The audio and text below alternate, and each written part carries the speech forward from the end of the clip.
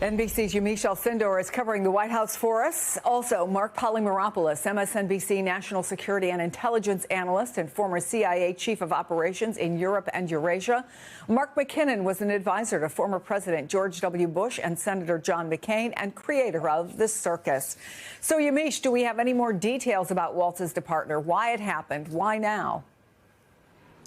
These are very good questions, key questions. Right now, all we know is that three sources are confirming to NBC News that National Security Advisor Mike Waltz, as well as his Deputy National Security Advisor Alex Wong, are both expected to leave the administration. We know that the context around this is that there has been a lot of questions about whether or not Mike Waltz was going to stay in his post because of that really disastrous situation when it came to that signal chat where you had the editor-in-chief of The Atlantic added to that group chat where a number of details about that military strike on the Houthis were discussed. So we know that the president has not yet confirmed this out loud. We know that our sources are saying that nothing is 100% final until President Trump says it, but it is expected to happen. The other thing is that the White House right now isn't commenting, but I think at some point, whenever we do get this confirmed and whenever the president, if again he is 100% with this and finally makes this announcement, our expectation is that he might be talking a little bit about what happened, but also maybe possibly praising Mike Waltz because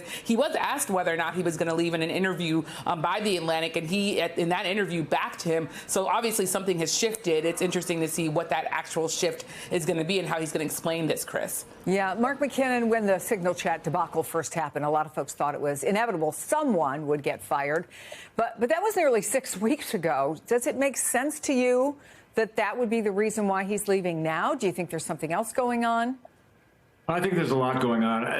In any other administration, given that signal chat issue, the NSA director would have been fired within 24 hours. So the fact that he made it this long is about 6 weeks longer than he should have been.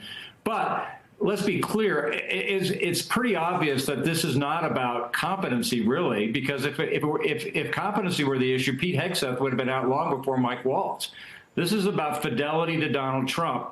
And the fact is that Waltz and his associate, who also has been fired, have had some ideological differences on confronting Russia and Putin and some other issues along the line. And this is after Laura Loomer, the conspiracy theorist who has Donald Trump's ear, went to him and said that, listen, and, I've got this book of people who are not 100%, and that's the acid test for Donald Trump. It's fidelity, not competence. Is that what you think is going on here, Mark Polymeropoulos? Yeah, absolutely. I think Mark has that exactly right. Mike Waltz was considered one of the quote normies. He was a national security Republican. He's someone during his 6 years in the House who's very strong on support for Ukraine. He also is strong in terms of the U.S. and really the Israeli view of the Iranian nuclear program and the need to take strong action. And this runs right up against the kind of the MAGA world. And I think this is not as much a reaction to the Signalgate issue, but much more so that the J.D. Vance and Tucker Carlson and Laura Loomers of the world have won out, and you're going to see a much more isolationist successor. Mike Waltz is someone who I think our European allies, certainly your allies in Israel, thought was someone they could work with. So I think there's going to be a lot of concern overseas with this development. So, Mark McKinnon, I mean, we have to say he did last longer in the job than another Michael Flynn in the first Trump administration, who was gone after 24 days. But are you surprised that Waltz is the first to go? And do you think that now that this has happened, he could be just the first? Others will follow, people who maybe find themselves in disfavor with the president or his allies? Listen, I think that he's actually a kind of a heat shield, mostly for Pete Hegseth. There was just a demand for a scalp from both sides, from MAGA because they didn't like Waltz anyway, and then from the general population about just incompetency across the board. And that pressure has never relented, really, mostly because there's been more and more issues just stacking up. And I think this just is a way to say, okay, listen, we took somebody out. It sort of quiets down MAGA, quiets down the press, it quiets down Democrats for a while, just giving Hegseth and others a longer runway. So, Mark Polymeropoulos, obviously this is coming at a time when the U.S. is engaging with high-profile talks with Russia and Ukraine, of course, with Iran. Does it complicate it at all? Do new relationships, new alliances have to be formed? What happens in a situation like this? Well, absolutely. And I think we saw today that the next round of Iran talks have been postponed. And this might be because of the kind of the dysfunction. Look, this is not ideal right now. We have, a shooting war in Yemen between the U.S. and the Houthis. Obviously, the events in Gaza are still going on. There's the U.S.-Iran talks. The Israelis are very nervous about this. And, of course, ceasefire negotiations between Russia and Ukraine. And to have a totally dysfunctional national security team is something that I think should concern a lot of Americans. All eyes now are going to be on who is the successor or the successors, both the chief and the deputy national security advisor, because remember, this is the person who has an office very close to the president, who's supposed to coordinate across the interagency and has influence over the direction of U.S. foreign policy. And right now, there's just a lot of unknowns. Yeah, I'm going to ask you about who replaces him in a second. But if I can, Mark Polymeropoulos, Waltz is the fourth of Trump's last 5 national security advisors to be let go. And you say this should be of concern to Americans. But is it concerning to other countries who do need to engage with the U.S., but maybe aren't sure if the person they're dealing with today will be the person they're dealing with tomorrow? Well, that's exactly right. So, for example, our allies in the Middle East are not going to know, who to kind of reach out to and to touch. And same thing, particularly in Europe right now. I think the Europeans are very nervous. Waltz was someone who they thought they could deal with in terms of really protecting the transatlantic alliance. Right now, if you're going to talk about Steve Witkoff, there's huge concern that he's too close to Putin. And so, ultimately, this is a time of significant worry, I think.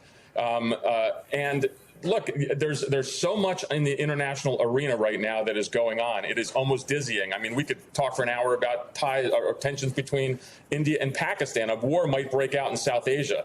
And this national security team is really not in any situation or place right now to cover this effectively. So when you talk about significant worry, are you worried about who might replace Waltz? And what are your thoughts about what comes next?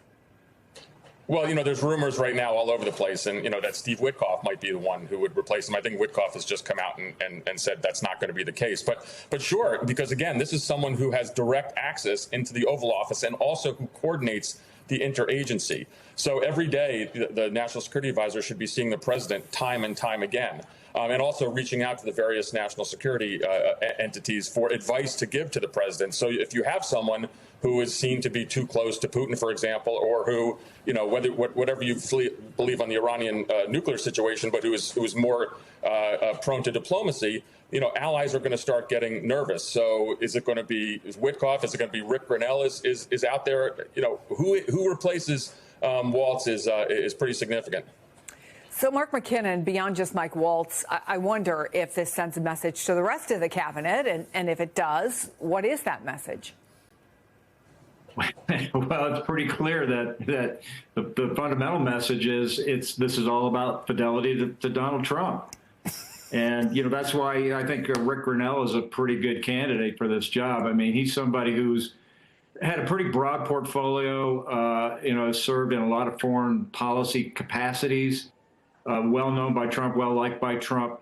But I think if they're smart about this, they're going to realize, and maybe a part of this may have a positive outcome, which is to realize just how important this NSA job is, just how important security is, and to help buffer the problems, beyond just the NSA job and those other interagencies that deal with intelligence, like the Secretary of Defense. So maybe somebody with, highly skilled, it may not be somebody as high profile as Grenell. It could be somebody that's just super experienced and competent at managing these agencies and keeping things really buttoned up. But it could be Grenell.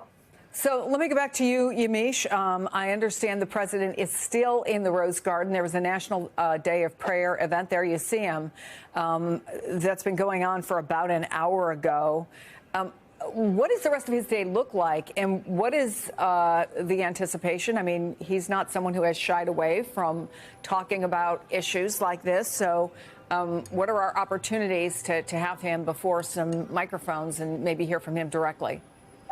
Well, that's Another good question, Quish. We know that the president could really make this announcement at any moment because the president has often called sort of impromptu, last-minute briefings. He's walked into the press briefing room. He's opened up Oval Office sprays. So I think the question is sort of when does the president feel like he wants to make this announcement? And again, in our reporting, we say 100% final when President Trump actually announces it, because the president has had moments where he's decided something and then didn't like the coverage and changed his mind. Part of the reason at the beginning of this that when I was talking to sources at the White House directly after the first Signal chat incident, the president's feeling was he didn't want to give anything he thought to the media as a sort of win in his mind. So he wanted to rally around the people that were in that Signal chat and not let anyone go. We'll see what he does today, whether or not he opens this up. But there is big anticipation here for the president to at some point today announce this, whether or not it's online, whether or not he says something, he takes questions.